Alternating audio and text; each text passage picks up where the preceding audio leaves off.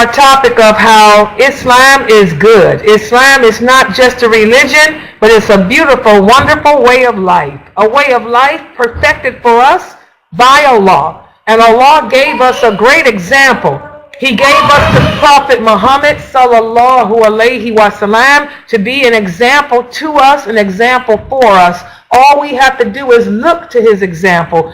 For example, today we're going to learn from his experience of the night journey. The Prophet sallallahu alaihi wasallam's experience with his night journeys. Remember, we talked about, guys, how the more your faith increases, not only will Allah send more trials your way, but also as a way of showing his pleasure with you, Allah will send rewards your way and also inspirations. What are inspirations? Inspirations, these are those good feelings that you get in your heart. You may be inspired to do something good, to give in charity, for example. Or a lot of times, your inspirations may come in the form of dreams. Allah lets the believer know that he's happy with them by sending good dreams to them. Those good dreams that you have. They can be fantasies, but you feel so happy. Those good dreams come from Allah. That's his way of showing his pleasure with you. That's his way of encouraging you. That's his way of inspiring you. And that's what the Prophet sallallahu alaihi wasallam taught us. He said, one of the signs of the last hour is that truthfulness will only be found in the dreams of the righteous people. Because again, why? Because there'll be so much hardship. We'll be going through so much trial, war, famine, plague, that the only happiness that we will have will be the good dreams that we have. Allah will inspire us in those dreams to continue on believing in him, continue on remaining firm despite what we're facing in life. And again, our prophet is an example of that, because no one has endured more trials and more tribulations than he has. He was the last prophet sent to mankind. Okay? And since he was the last prophet sent, that means that there will be no more revelations. A lot of people have good dreams and they want to ask, is Allah, maybe this is a revelation being sent down to me from Allah. No, you are no prophet. There will be no other prophets. There will be no more revelations. But good dreams, we should simply enjoy. Good dreams come from Allah. Just enjoy it. Don't try to figure out what it means. Instead, just take it for what it is. It's a sign that Allah is pleased with you. Subhanallah. That's what we mean when we say that you can be inspired by your good dreams. Also, again, we have to be careful, because we also have a jinn that is assigned to us. That jinn never sleeps. That personal jinn, his job is to seduce you to go to the hellfire. That jinn will try to make you think that those inspirations you get can be more than what they are. For example, he may make you think that maybe your dead grandmother has come back to talk to you. Maybe this is a sign from God that something else is happening. So again, we have to be careful, even with our dreams. Because again, you have your personal jinn playing there, trying to pull you away from belief, to disbelief, by making you think that dead people are talking to you and all of that. And this was the case with our Prophet sallallahu alaihi wasallam. Except the difference between him was Allah made his jinn Muslim. So he knew that any good dreams he had or any inspirations he had were from Allah. And he was only inspired to do what was good.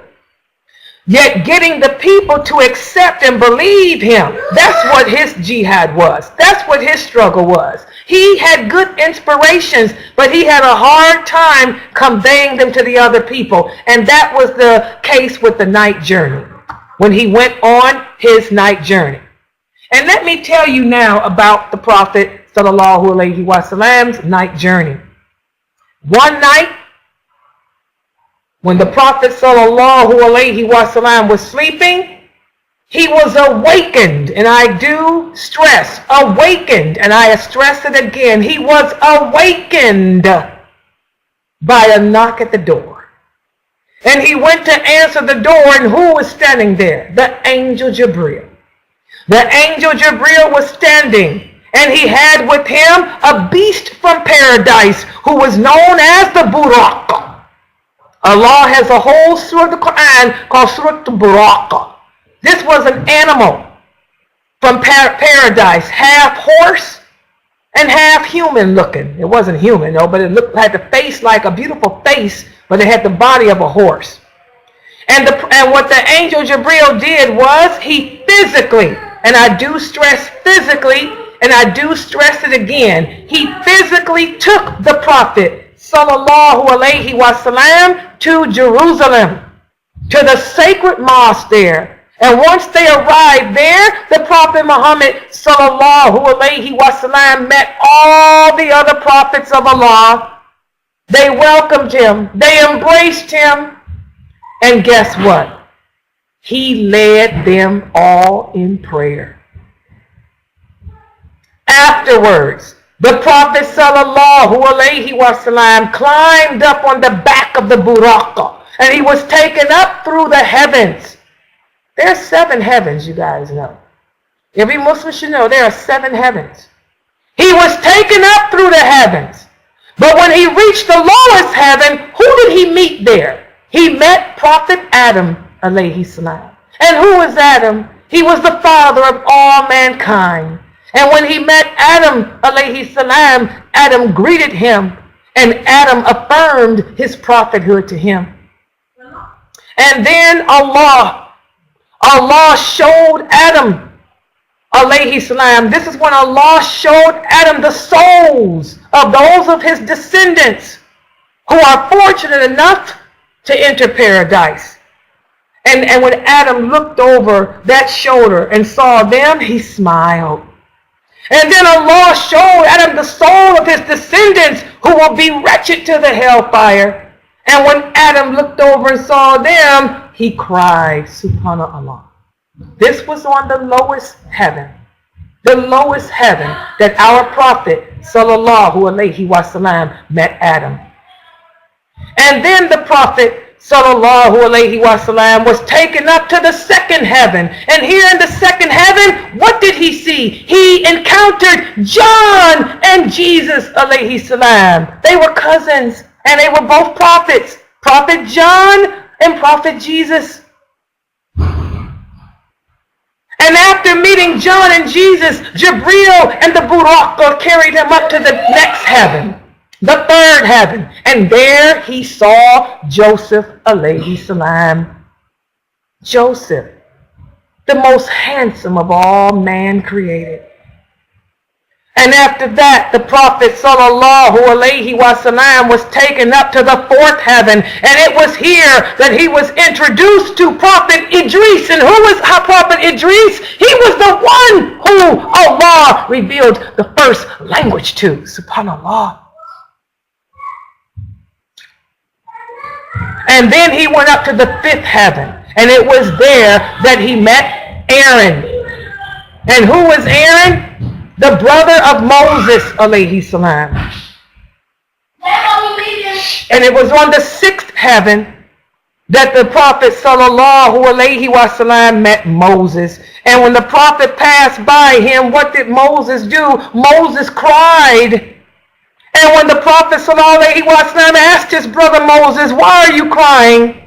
He said, oh Muhammad, I cry because the nation of a man who was sent after me will enter paradise and have a greater following than mine. And of course, that man was the Prophet Muhammad sallallahu alayhi wa sallam. In fact, guys, these words of Moses served as a means of giving hope to our prophet, who had just experienced the most trying experience of all. Remember, this was when he had been rejected by the people of Taif. All this happened after Khadijah died, after Abu Talib died, when he went to Taif and they threw him out. All of this happened after that. He had just went through that. What did the Prophet sallallahu alaihi wasallam tell his wife Aisha? He told her, he said, "Oh Aisha, guess what? Every one of us will experience moments of weakness of faith, including me." He said, "Do you want to know when the weakest of my moment came? When I was kicked out by the people of Taif after my wife Khadijah and my uncle Abu Talib died." So the Prophet had just went through this depressing time in his life. So to hear these words from Moses letting him know, "Don't fret, O Muhammad. Don't fret, my brother, because guess what? You will have a larger following than me." SubhanAllah, the Prophet had no one to protect him. He didn't have nobody but the few companions he had at that time. But Moses gave him hope.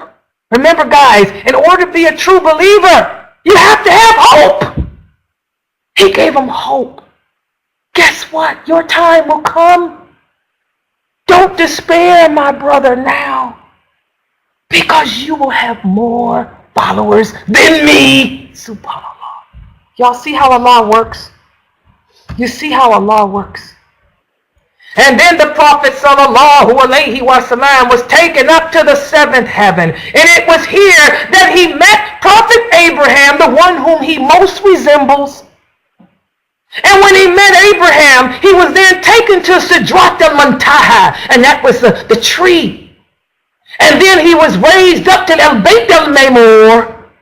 SubhanAllah. And it was at that location that the Prophet sallallahu alaihi wasallam stood in the presence of Allah. And I want you guys to understand, because there's so many innovators. You guys like to listen to lectures on Facebook. Most of those men you listen to are not scholars. Most of them are not telling you truth. They're telling you that the Prophet saw Allah. The Prophet sallallahu alaihi wasallam has never seen Allah. In fact, Aisha, his wife, said people lie when they say the Prophet said he saw Allah. No one will see Allah until the day of judgment. Yes. So those people who tell you that, they tell you a lie. He did not see Allah.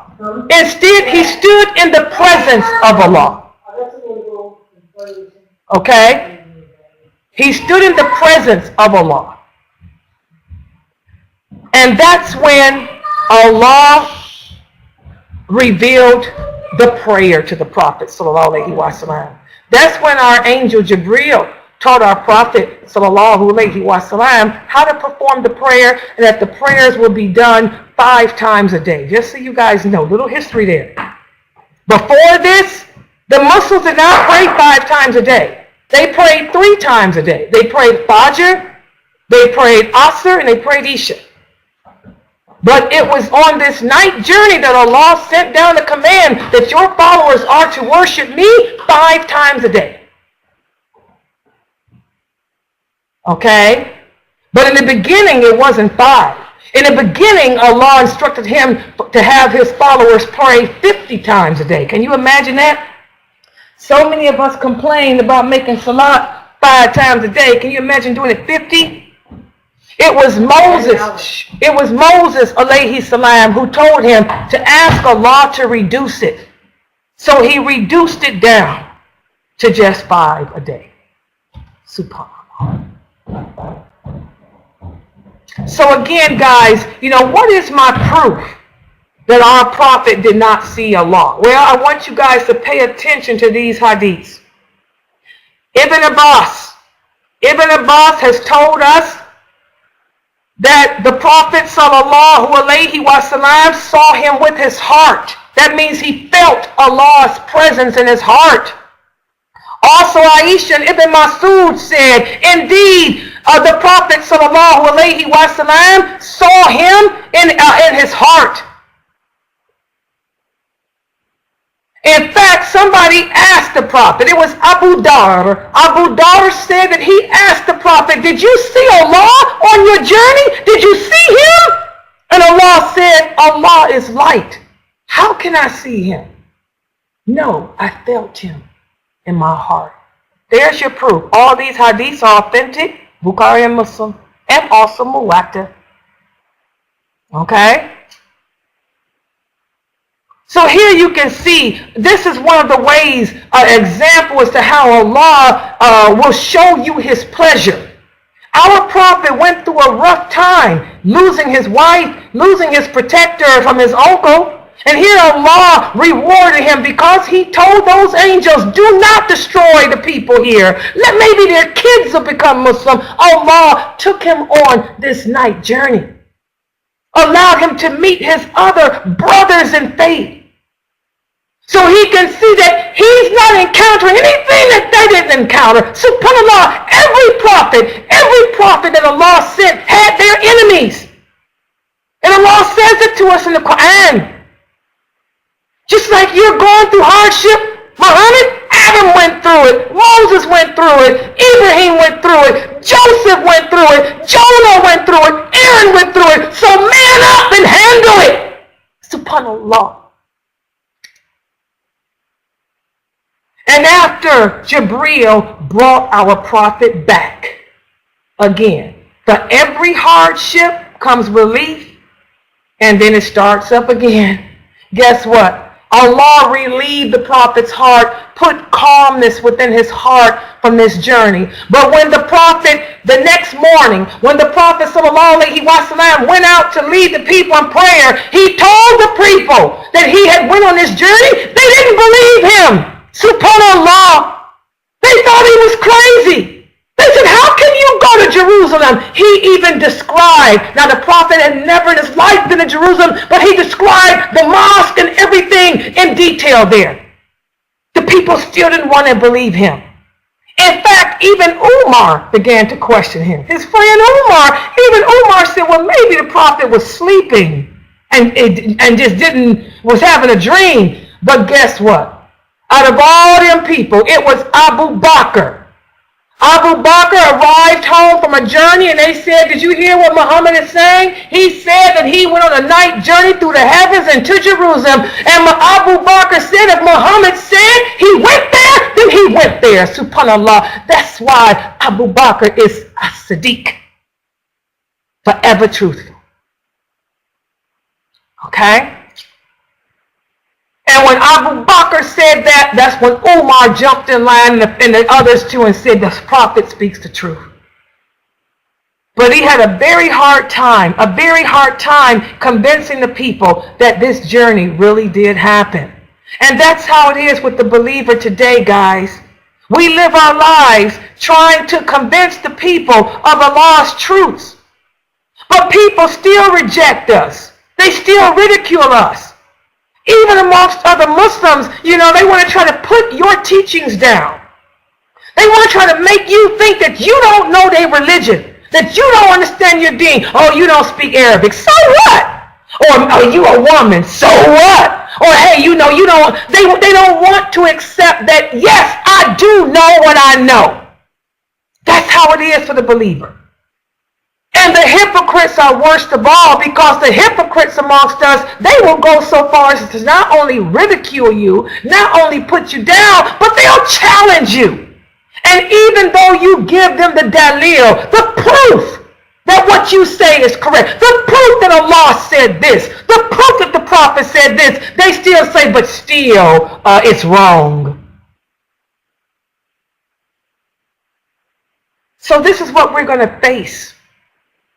But we have to remain firm. Just as our prophet remained firm, trying to convince them people about his night journey, we have to remain firm too. And we have to accept that most of the people we know will be in the hellfire. Remember, the Prophet sallallahu alaihi wasallam said, out of every 100 people, you know, 99 of them will be in hell. One will make it to paradise. That's your jihad, guys.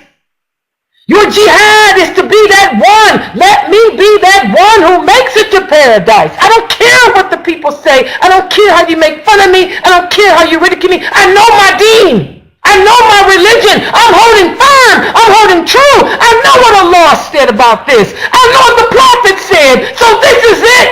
I'll be that one to make it to paradise. You can't falter me. You can't make me sway away. That's how you have to be. Do not allow the people of disbelief. Do not allow the hypocrites to pull you down. Do not allow them to pull you away from Allah, to pull you away from the truth that you've learned from this website. Remain firm. And remember that our Prophet is an example of that. Understand, guys, even today, we got Muslims walking around earth today thinking that they know the deen.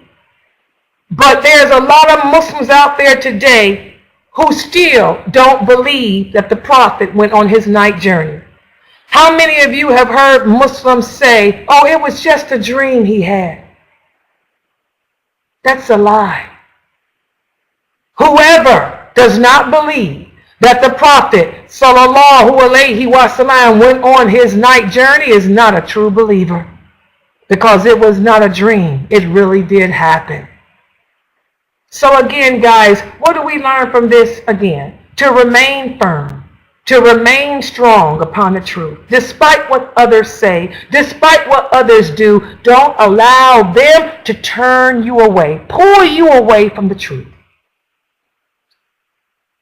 And also you learn, guys, again, how can I tell if I have passed the test of Allah? Allah will send relief and reward. But remember that relief and that reward is only temporary.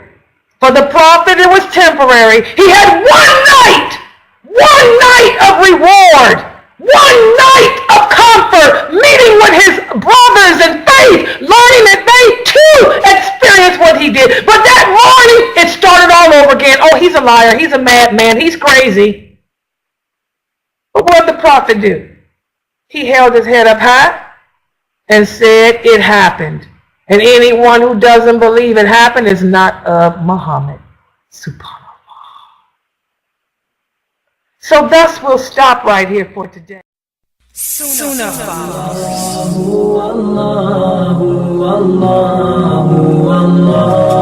Protecting yourself.